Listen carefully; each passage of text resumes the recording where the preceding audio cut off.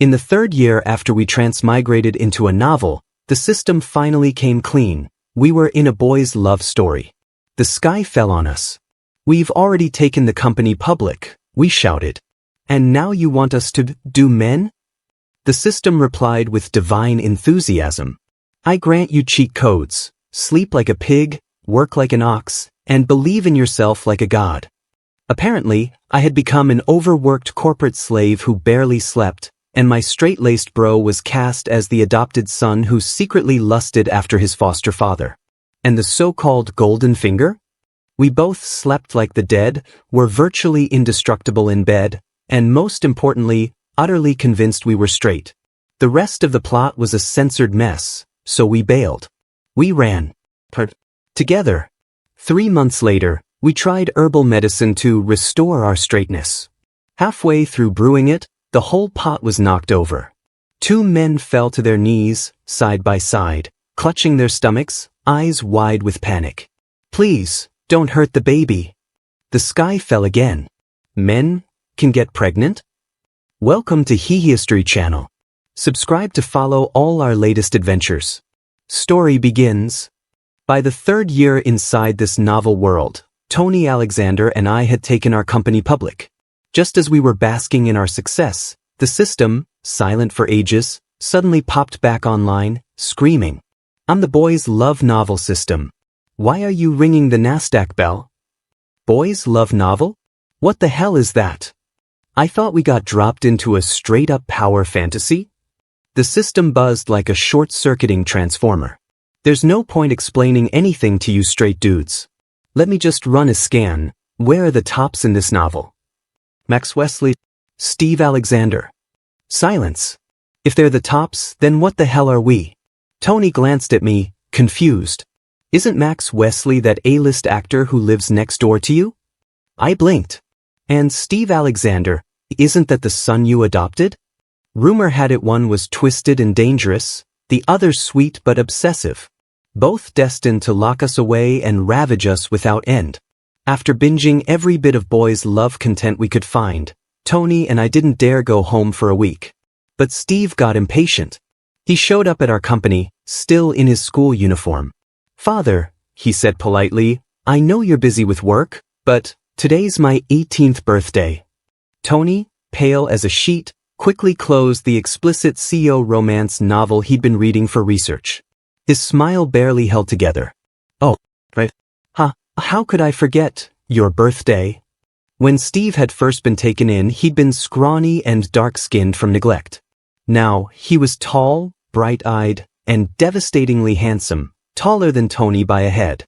But something in his eyes. Something was very wrong. I quickly sent Steve away and nudged Tony, who still looked shell-shocked. "Bro," I muttered, "your adopted son's staring at you like he's still breastfeeding." Perfect. It's the forbidden father-son trope with nursing kink potential. We're back on track. Steve's top tier in every way. Just given already. Once you've had a taste, you'll thank me. I finally understood. This system didn't care about success. It only wanted to shove us into men's beds. But how can you not be a male protagonist system? I argued. We built a business empire using your cheats. Those cheats were designed for seducing men. It's still totally on brand. I felt my vision go dark. Pig-level sleep, ox-level stamina, god-tier confidence. What part of that screams boys' love novel? The system responded smugly. Unshakable sleep, endless endurance, unbreakable straightness, classic straight-bottom toolkit. Tony dragged a hand through his hair, face bleak.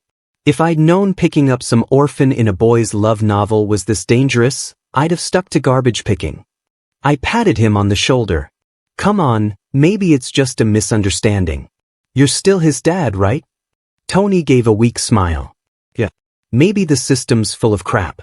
If I keep raising him right, Steve'll stay my good boy." "I'm heading home," he added, straightening his jacket. "Gotta celebrate his coming of age." He left with purpose.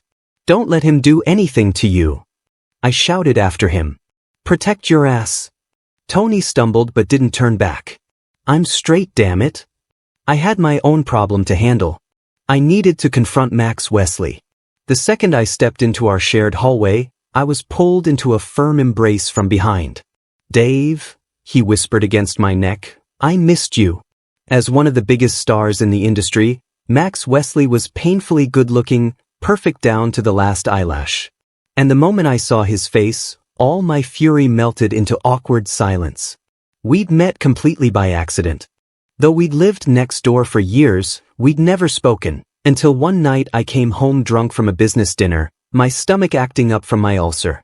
I staggered into the wrong apartment and vomited all over him. He didn't complain. He took care of me all night. The next morning, mortified, I apologized. He looked at me for a long time, then said calmly, "I have skin hunger disorder." "Excuse me?" "But I didn't react when you touched me. Could you help me manage it?" "What?" And somehow, that turned into a partnership. He handled my daily life, and I helped him with his condition. Over time, he became my rock. From a burned-out salaryman to CO, I couldn't have made it without him. And I did my best to help him too. His desensitization therapy, as he called it. Hand-holding turned to hugs. Hugs turned to sharing a bed. The more intimate we got, the more blurred our lines became. Max clung to me like gravity. His lips brushed the back of my neck, soft, teasing, unbearably ticklish. A shiver shot down my spine. My whole body tensed.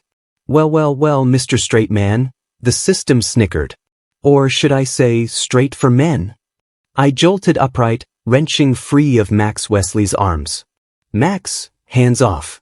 His lashes drooped, the picture of wounded innocence. "Dave, I'm sorry," he murmured. "It's my condition again." He clasped my wrist, voice gentle, coaxing. "You haven't come home all week. I made chicken soup for your stomach. Want to try some?" Too perfect. Too domestic. Too wife-like. If he were a woman, I'd have married him already. I sat at the table, sipping the soup. He rested his chin in his palms, eyes fixed on me. It was the same thing he always did, except now I couldn't unsee the problem. This was a boy's love novel. And I was the bottom. Something dangerous flickered in his eyes. "What's that look supposed to mean?" I asked. The system squealed. "Here it comes. Major plot trigger. In 3, 2, 1. I blacked out mid-curse. "Essich." When I fell, he caught me by the waist, obediently whispering, "Okay, Dave." In my dream, I was sugarcane, dripping, soft, chewed again and again. Max was the villain who didn't save me. He only took off my glasses and showed me what he intended to do. My vision blurred. By the end, there was nothing left of me to squeeze dry. When I woke, my lips were swollen and split. Even a straight man would know what that meant. Max came in carrying pasta. I smacked the bowl aside and slapped him hard across the face. "Max Wesley, we're done." He froze, confused, those amber eyes wide with hurt. "Dave, did I do something wrong?" I laughed coldly, grabbing my shirt and buttoning it. He panicked, dropped to his knees, hands trembling. "Pathetic. You dare touch me?" I snarled, pressing my foot right where it hurt most, grinding down. "You know what you did." The system crackled in disbelief. "Why are you hitting him?" "He drugged me. Knocked me out and forced me. One slap's being merciful." "Who said he drugged you?" "You passed out because you hadn't slept for 7 days worrying about your virgin ass." That could not be true. Could it? Then I remembered. My cheat. Pig-level sleep. Oh God. Ahem, and for the record, the system added, sheepish, "He only, entertained himself a bit while you were asleep." I wanted to strangle it. So that's what "sleep like the dead" was for. To make me a convenient toy. If he could do that now, what about next time? I forced a smile and tried to recover. "Sorry, miss. I just had a nightmare. In it you were hitting me. Guess I overreacted." Then I felt something wet beneath my foot. He was pressing my foot harder against him, his eyes red at the corners, breath shaky. "If it makes you feel better," he whispered, "you can hit me again." I stared. If I slapped him one more time, he'd probably think it was foreplay. I started planning my escape. Move out, get away from him, whatever it took. "Don't bother," the system hummed. You can't run from love in a boy's love novel. You're the sea. He'll always find you. Then it hit me. I didn't need the company. No business thrives in a world fueled by hormones. I called Tony Alexander to hand everything over to a manager. No answer. I kept calling, nothing. So I went to his place. The moment I stepped in, I knew something was wrong. Clothes scattered across the floor. From the kitchen came the faint sound of boiling chicken soup. Steve Alexander stood there in an apron, stirring slowly. When he looked up, his eyes were cold, mocking, challenging. That brat. He already saw me as a rival in love. I burst into the bedroom. Bro, tell me you protected the back door. Tony lay sprawled on the bed, neck covered in bruises. These are mosquito bites, right? I asked weakly. Mosquitoes? Please. They were going 120 miles per hour last night. The system sighed. Then it played the footage directly in my head. Steve Alexander, the adopted son, pushing his foster father down after the birthday dinner. Father, he'd whispered, the gift I want is you. Step by step, he'd seduced him until Tony finally broke. Tony rubbed his temples, still dazed. It must be the novel's influence, he said helplessly. He's always been such a good kid. He never talked back before. I stared at him, speechless. Boys love novelmas. This was a goddamn apocalypse. Right. He doesn't talk back, but he does push back. Yeah. Those rose-colored glasses were practically welded on. And the way things were going, I had a sinking feeling I'd be next. Gripping Tony Alexander's hand tightly, I leaned in and whispered, I'm planning to run. You coming with me? He didn't even pause. Hell yes, he nodded like a bobblehead. If you run, I'm right behind you. Relief washed over me. At least my bro hadn't gone full love-brained. Tony added with a shudder, I can handle him calling me daddy, but not while, God, doing things. I slapped my hand over his mouth. Enough. I don't do pseudo-incest lit. During those few days while we handed off the company, Tony and I started seeing the full extent of this cursed world. If the real world was a janky theater troupe, then this boy's love novel was a walking, talking, throbbing disaster. We witnessed a manager get kissed against his will in an elevator by his own intern. A rival CEO dragged into a hotel suite by his mortal enemy. Even the security guard at the front gate got stalked by some ascetic-looking monk from a Beijing elite family. By the final workday, I couldn't take it anymore. I fired the guard. He took the severance and went home to marry a woman. One couple dismantled, I said proudly. One straight man saved, Tony added, solemn. I slung an arm around his shoulder. Come on, go pack. And for the love of God, don't let Steve Alexander catch you. Everyone knows adoptive sons in these kinds of stories are one emotional trauma away from snapping. On the way home, the system glitched like it was having a full-blown meltdown. What does Max Wesley not have? He's hot, he's rich, and his suitors could form a conga line to Paris. Ignoring gender, Max was objectively a total package.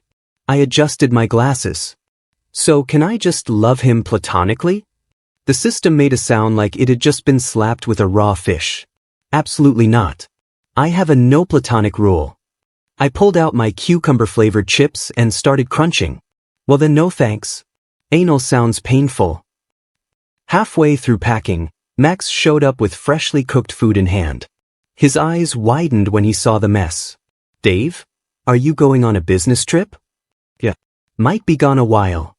He stepped close, nuzzling into the crook of my neck like a lovesick crane. I'll miss you. Come back soon, okay? I handed him a contract. It's for that sci-fi series you've always wanted to do. A role like that? He didn't need me to bankroll it. It was a parting gift from a soon-to-be-absent wife. He smiled, leaning in to kiss the corner of my lips. You're the best, bro. I smiled too. If I was so good to you, maybe don't come hunting me down. Tony and I met at the station on time. He had even more marks on his neck, and the bags under his eyes looked like they had their own zip codes. He rubbed the back of his neck, sheepish. To get him to sleep, I had to tire him out. Correct usage of your stamina cheat. The system applauded. I pretended I didn't hear that. The green train rumbled north, slow and steady. No matter how powerful Steve or Max were, they wouldn't be able to track us here. Back to our roots, coding, hiding, and praying we wouldn't end up in another smut scene. I buried my head in code. Tony occasionally looked out the window, expression unreadable. You think Steve's doing okay? He asked. He's an orphan. What if people bully him? I reached over to feel his forehead. You serious? He's 6'3" and can probably lift you with one hand. After hours of riding and junk food, my tongue went numb from the snacks. And it kinda missed Max's cooking. We laid low in a tiny town in the middle of nowhere. No drama. No chaos. Just two men quietly rotting together in a rental. 3 months in, we were both falling apart. Because neither of us could cook for shit. Turns out, it's hard to go from gourmet to instant noodles. The system was having the time of its life. Love is like watering flowers. And you too? You're withering weeds without your tops. I was getting twitchy. Lately, I couldn't stop thinking about Max. Then one night, I had a dream so explicit it could have been rated NC-21. At dawn, I ran into Tony in the hallway. He was already washing his pajama pants. Let's go, I said immediately, and dragged him to the nearest clinic. Clearly, the atmosphere in this world was toxic. A little herbal medicine might help. The doctor asked gently, "What brings you two in today?" I hesitated, then said carefully, "We're looking for something to make men more masculine." Tony nodded seriously. The more masculine, the better. Understanding flashed across the doctor's face. Say no more. I got you.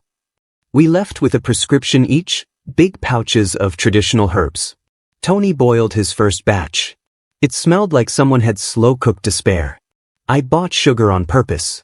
Soon enough, Tony Alexander and I were each holding a steaming, inky black bowl of herbal soup. To brotherhood. I raised my bowl solemnly. One bowl down and we're straight again. I gritted my teeth through the bitterness and took a deep gulp. Hadn't even reached for the sugar yet when, crack. A sharp sound split the air. Tony's bowl was smacked clean out of his hands.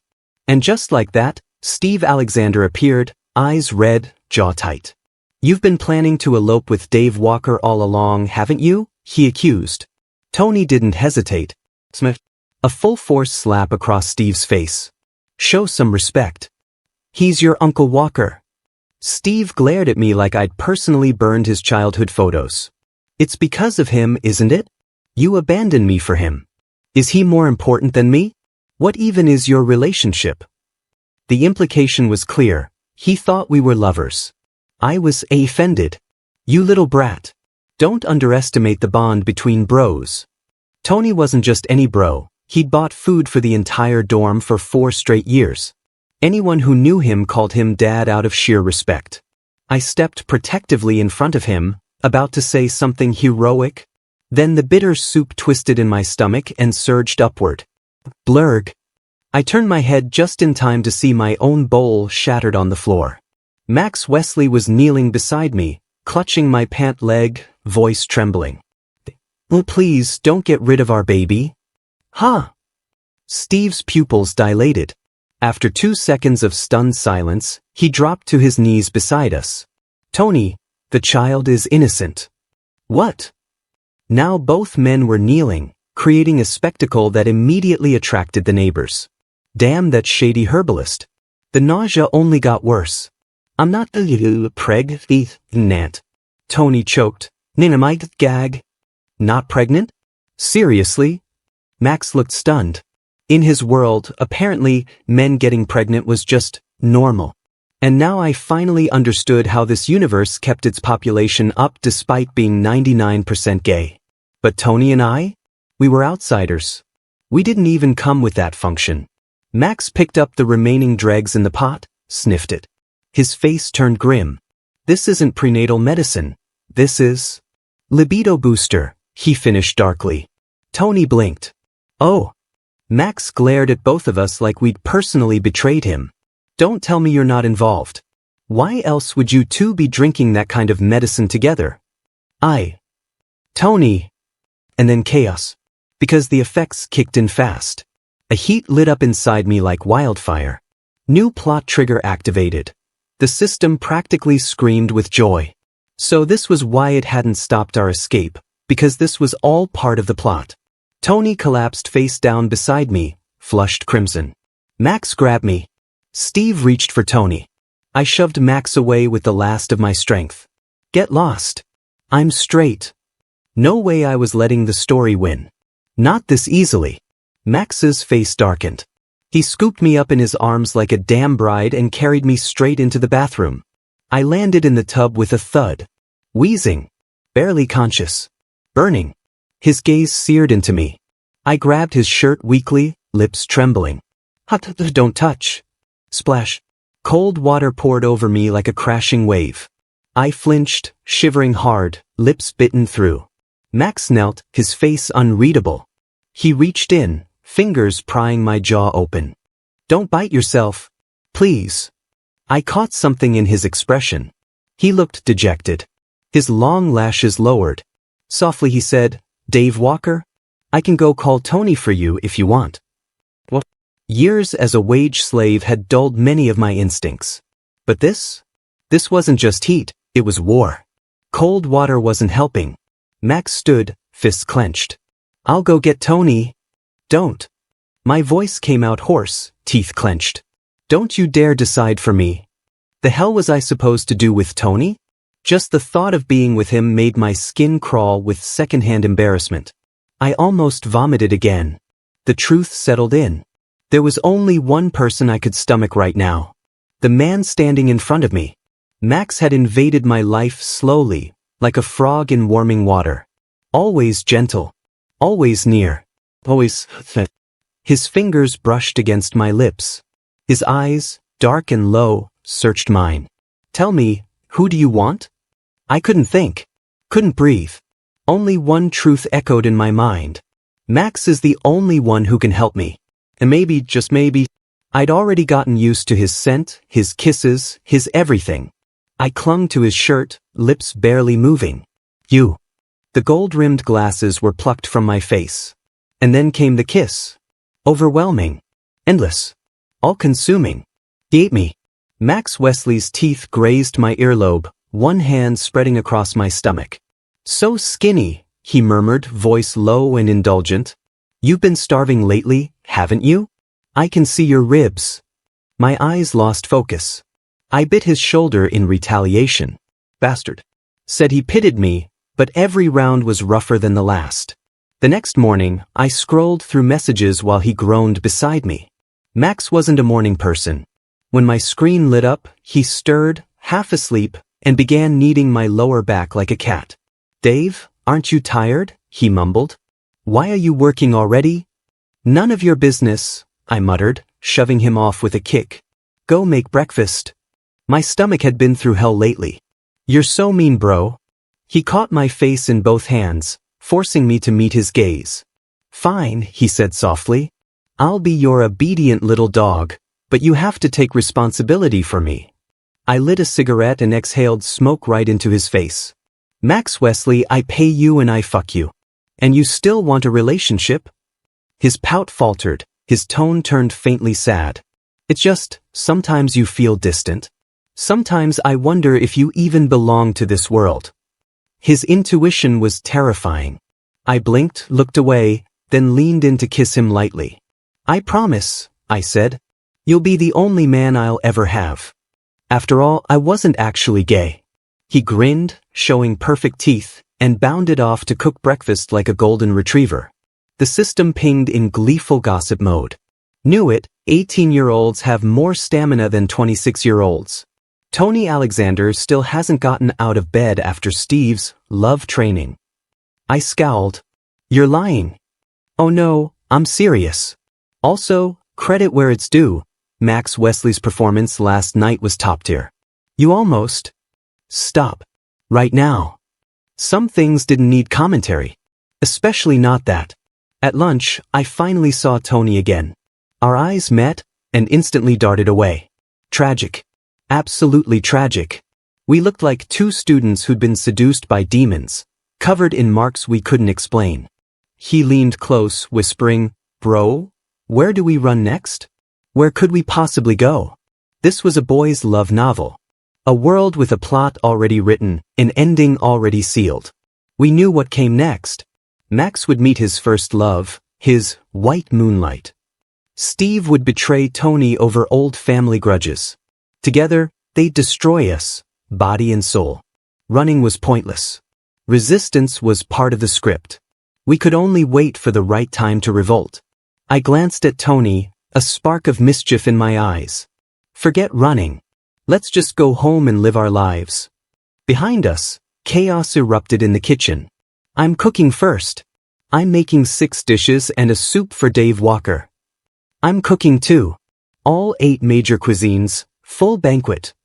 The system's voice chimed cheerfully over the noise, blasting wedding music. "Just marry whoever makes better food, babe." "Shut up." In the end, Tony and I each grabbed our own 6'3" troublemaker by the arm and headed home. As we walked out with our luggage, the neighbors barely glanced up. "There goes another runaway wife caught by her man." Correction, 2 runaway wives. Runaway wives? We stood there, shoulders straight, backs stiff, iron-willed, unbending men. But somehow both our spines had already bent. Max Wesley was, objectively, a good partner. Perfect even. Gentle, attentive, disgustingly handsome. If not for his gender, he'd be my ideal type. But sometimes, God help me, he was too eager, too possessive. A rare lazy weekend afternoon. His hand slid up under my shirt, fingers tracing familiar paths. I batted it away. "Watch the damn show. I invested in this series for you." We binge-watched until the latest episode ended. He rested his head on my shoulder, eyes sparkling. "Dave, did I act well?" I pinched his ear. "You did fine. Just the kissing scenes, terrible. You're trending for all the wrong reasons." He whined, curling closer, hair brushing my jaw. "They were fake. I didn't even want to film those scenes." The male lead can literally time travel, and yet he's still acting like a lovesick fool? The ending song rolled, stars scattered across a dark, endless galaxy. I tapped his forehead. "Aren't you a lovesick fool too?" "Of course not," he said defensively. "If I had that power, I'd use it for something big." I smirked. "Save the world." "Yeah," he said, leaning in. "But before I save the world, I need to recharge." His teeth closed around my throat, playful, teasing. Somehow, we were here again. My hand flew back, covering my ass on instinct. He froze, staring at me like I'd insulted him personally. "Dave Walker," he said slowly, "after all the times you've slept with me, you're still guarding your ass like a straight man?" I opened my mouth to explain, and realized I had no idea what to say. It was pure reflex. That night, my hands were bound with a silk tie, yanked above my head, pressed hard against the floor-to-ceiling windows. Behind me, Max Wesley whispered against my skin, "Straight husbands are my favorite." Not far off, a red recording light blinked steadily on a camera. The next morning, just after finishing a meeting, our scandal exploded online. Max Wesley, top-tier celebrity. Me, publicly outed. Within half an hour, fangirls had crowded the company entrance. Inside, the staff buzzed like a shaken beehive. "Mr. Walker?" He always looked so stern and uptight. "Turns out he's secretly dating Max Wesley?" "No way. You think he's Max's sugar daddy?" Tony Alexander stormed into the chaos, scattered the gossipers, and dragged me up to the rooftop.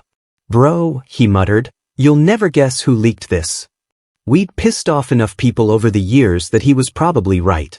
I lit a cigarette and passed him one. Enough mystery. "Who was it?" Tony exhaled a long stream of smoke, his tone grim. "That monk-looking guy from the Beijing elite circles. The one who was chasing our security guard. He's retaliating." "You serious?" "Oh, I'm not done," he said. "I hacked his system.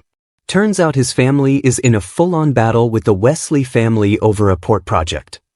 "In other words," I said, nudging his shoulder, "your guy's not the only one with a shady background." Tony let out a dry laugh. "True. But according to the script, Mine's the classic backstabbing bastard. We stood shoulder to shoulder, looking down at the city's high rises. When we first arrived, we had nothing. We worked ourselves sick just to get our company public. Tony broke the silence. You think you'll really be able to walk away from all this? I didn't answer. Instead, I asked, can you? He massaged his temple, sighing. We can't both end up pregnant and retired like housewives, can we? Just the idea made my skin crawl. In a boys' love novel, there were no rules.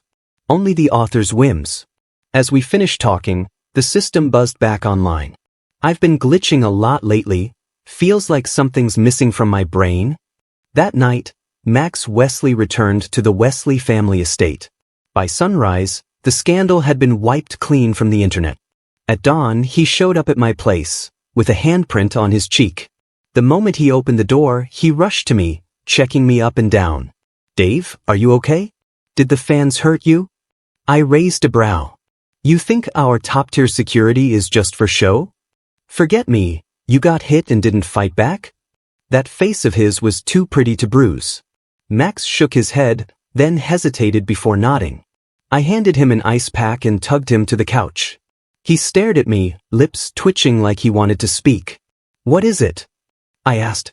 He leaned in, brushing a kiss to my lips. Dave, have I ever told you I love you? I looked away. Do men really need to say stuff like that? Better to just enjoy things while they last. Max finally admitted the truth. The head of the Wesley family had ordered him to marry. He refused and got slapped for it. You know I only love you. Shoo, I hushed him, yanked off my tie, and straddled his lap. My fingers danced down his torso, teasing the hard lines of his abs. For being so honest, I said, I'm giving you a reward. He grabbed my waist, jaw tight with restraint. You're really not mad about the arranged marriage thing? I already knew. What was there to react to? I pinched his chin, voice half joking, half serious. You find someone else, I'm gone. Max panicked. I won't. I swear. If I ever cheat, may I? I shut him up with a kiss. Never make oaths you can't keep. The universe has a twisted sense of humor. A month later, at a business gala, I ran into Max Wesley. He was arm in arm with his arranged match, Uluo, a fresh-faced idol. His so-called white moonlight. I'd seen his videos, singing, dancing, annoyingly cheerful. Uluo looked me up and down, eyes sharp with challenge. Max said nothing. His expression was a mess. Everyone turned to stare, waiting for the drama to explode. I raised my glass to Max with a calm smile. You look good together. Wishing you both happiness. Then down the entire drink. Max's eyes turned bloodshot, like he wanted to devour me alive. But he didn't move. It was like his feet were bolted to the floor. After that night, he didn't come home again. Steve Alexander stopped haunting Tony as well. We both drowned ourselves in work. We were racing against time, busier now than we'd ever been, even when the company went public. No time for proper meals. I made 2 cups of instant noodles, one for me and one for Tony Alexander. We ate in secret, hiding from everyone. Weirdly thrilling. The system didn't get it. Max Wesley is off clinging to his first love, Steve Alexander's been stealing Tony's research, and you two are just here, stress-eating noodles? I crushed a Coke can underfoot and flicked it straight into the trash. Tony glanced at me. So, we can't change the plot? That question exceeds my permissions. The system replied meekly. Useless. Totally unreliable. But your next arc is the classic, pregnant and on the run. After that it's chasing the runaway wife through hell and high water. You'll love it. I pointed at myself. Then at Tony. You're saying we are going to abandon hundreds of billions in assets to act out some cliché baby plotline? The system turned red with indignation. How dare you call boys' love novel plots cliché? It launched into a jargon-packed rant about locked rooms, scumbag tops, and pathetic bottoms. Tony and I cracked up so hard we nearly choked. The office filled with laughter. Well, I'm not giving birth. Neither am I. Lately, no matter how late I got home, There was always a bowl of warm, stomach-soothing soup in the kitchen. One night, I spotted a familiar silhouette outside on the balcony. Under the dull yellow glow of the street lamp, Max Wesley stood smoking, one cigarette after another. He'd always been a golden boy, young and unstoppable. I'd never seen him look this defeated. I typed a message into my phone, then deleted it. By dawn, he was gone. Soon after, an entertainment headline exploded across my feed. Hashtag two powerhouses marry. In the end, childhood love triumphs over all. Hashtag. The article subtly accused me of being the jealous homewrecker in a love triangle. Some bold netizen even tagged me directly. Mr. Walker, thoughts? Sipping the soup, I smiled and replied, I can watch it all from the comfort of my multi-billion-dollar empire, or while lounging on a college student's six-pack abs. Your call. That comment rocketed to the top of the trending list. The replies were insane. Can you adopt me? I've got a diamond-level waist and student loans. Max deserves someone better, namely me. Release Mr. Walker immediately. Please, I have digestive issues. Let me eat this soft rice meal first QAQ. Then Luo posted 2 photos. One of him and Max's kids, and another of them now. Gotta admit, Max had been a round-faced little cutie. I was just about to save the photo when the message came in. Tony Alexander was in a car accident. By the time I reached the hospital, Steve Alexander was already outside the OR, bloodied, panicked. I didn't hesitate. My fist collided with his jaw, knocking him back. You better pray he lives, because if he doesn't, I'm ending you. Steve coughed up blood, then dropped to his knees. I don't know what happened. It's like something took over. I got in the car and suddenly I was just there. And then it was too late. Compared to Max's melodramatic love triangle, my bro's side of the plot was way more explosive. Apparently, in the script, Tony's parents were suspected of being involved in Steve's parents' deaths. Steve's face was soaked with tears. At the last second, he had slammed the brakes. Tony had stepped back instinctively, right into the path of a speeding car. I didn't want to hate him, Steve whispered, then smashed his head against the wall. What the hell is wrong with me? I stared down at him, numb. So this was the power of plot. If you really care about Tony, I said coldly, then stay away from him. Forever. I had Tony transferred to a private hospital. And after days of waiting, he finally woke up. I grabbed his wrist. My voice shook. You're insane. You knew the plot and still ran straight into it. Tony stared at the ceiling for a long moment. I just wanted to see which is stronger, he whispered. The script or love? You're a goddamn idiot. He'd always been like that. Back in college, he used to believe Ultraman was real. But it worked, he murmured. Steve held back. I snorted. So what? Even if you win, what's the point of knowingly falling into the trap? His lips trembled. And then he actually started crying. I wrapped my arms around him. Come on. Let's go home. Then came the second blow. Steve leaked Tony's research. Our company's stock plummeted overnight. Worse, most of our liquidity had been poured into time-space research. The funds were gone. Vultures from Beijing's elite circles started circling, trying to buy us out for dirt cheap. The world outside was in chaos. But inside, Tony and I stood side by side in front of a supercomputer. The screen glowed icy blue. Lines of code raced across it like lightning. Tony stepped forward, silent. The system finally spoke up. What are you doing? I didn't answer. My fingers flew across the keyboard. Steve burst through the door, panting. I hit the launch key. He never even got the chance to say goodbye. Tony Alexander had vanished without a trace. Steve Alexander went completely unhinged. He grabbed me by the collar, eyes bloodshot. Where is he? Where the hell did you take Tony Alexander? I want Tony Alexander back. I kicked him in the chest, hard, and felt a deep, satisfying thrill as he staggered back. Just this little 18-year-old puppy? What gave him the right to chase after Tony, our stray cabbage in a field full of wolves? You're never going to see him again, I said flatly.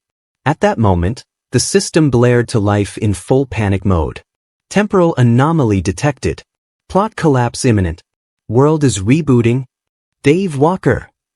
Max Wesley burst through the door, disheveled, eyes wild. He was smart, too smart. He already knew. I waved lazily at him and stepped forward into the space where Tony had stood moments before.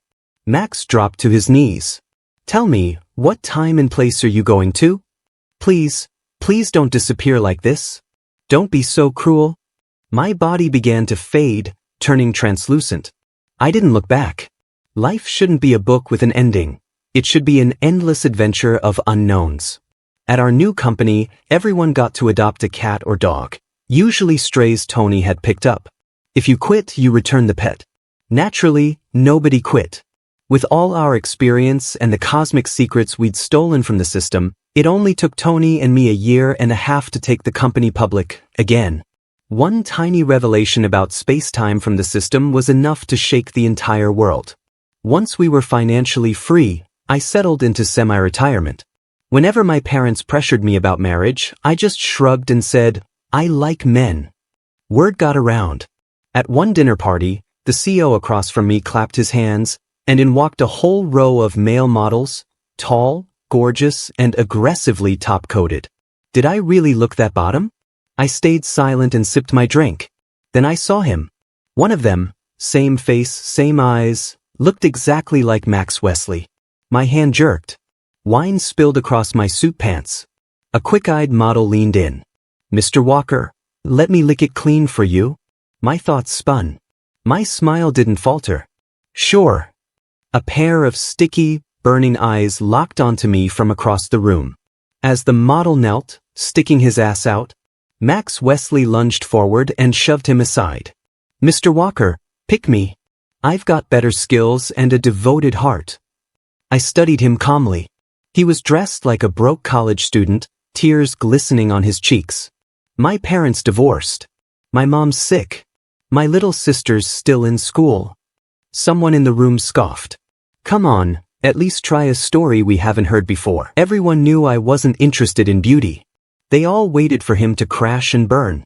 But I smiled faintly and met those sharp phoenix eyes. Poor thing, I said. All right, I'll take you. All the other models started bawling on cue. Mr. Walker, me too. I'm just as pitiful. Enough. I walked out with Max Wesley. The second we got in the car, he shoved me into the back seat. Compared to his fake sobbing earlier, these tears were hot, heavy, and very, very real. They slid down his cheeks, hit my skin, and burned. Dave Walker? I'm sorry. I know, I cut in. The plot was controlling you. He froze. Then wrapped his arms around me, shaking with sobs. When he finally quieted, I asked, how did you find this world? I spent everything I had. Paid researchers to reverse engineer the machine you left behind. Eventually, I figured out how to cross time. I scratched his chin, teasing. So? Not planning to save the world anymore? That nearly made him cry again. I was so stupid. So damn stupid. A man without his love is like a ship without an anchor, forever drifting. He'd finally found shore. Luckily, the Cullinan's back seat was spacious. Plenty of room for two men to work things out. After a long while, I lit a cigarette and straddled Max, skin to skin, heartbeat synced. The late-night thoughts I used to bury in the silence had finally found their place to rest. In our third year since falling into this novel, Max suddenly spoke. Oh right, almost forgot. Steve Alexander's the top host at a club now. He's going up for auction tonight. What? I nearly dropped my cigarette. Called Tony in a panic. Come collect your dog ASAP or he's getting sold off and bred. I didn't like Steve. But Tony was still his legal owner. Only he had the right to disown him. I tossed the phone aside. Max was already pawing at me again, eyes hungry. I sighed, tempted. But the moment he pulled out a fluffy bunny tail plug, I snapped. How many new kinks have you learned? Max looked wronged. Not that many. Just, every night we were apart, I imagined a new position to miss you with. The end. Thanks for stopping by. Subscribe and hit the notification bell so you don't miss out on any new videos.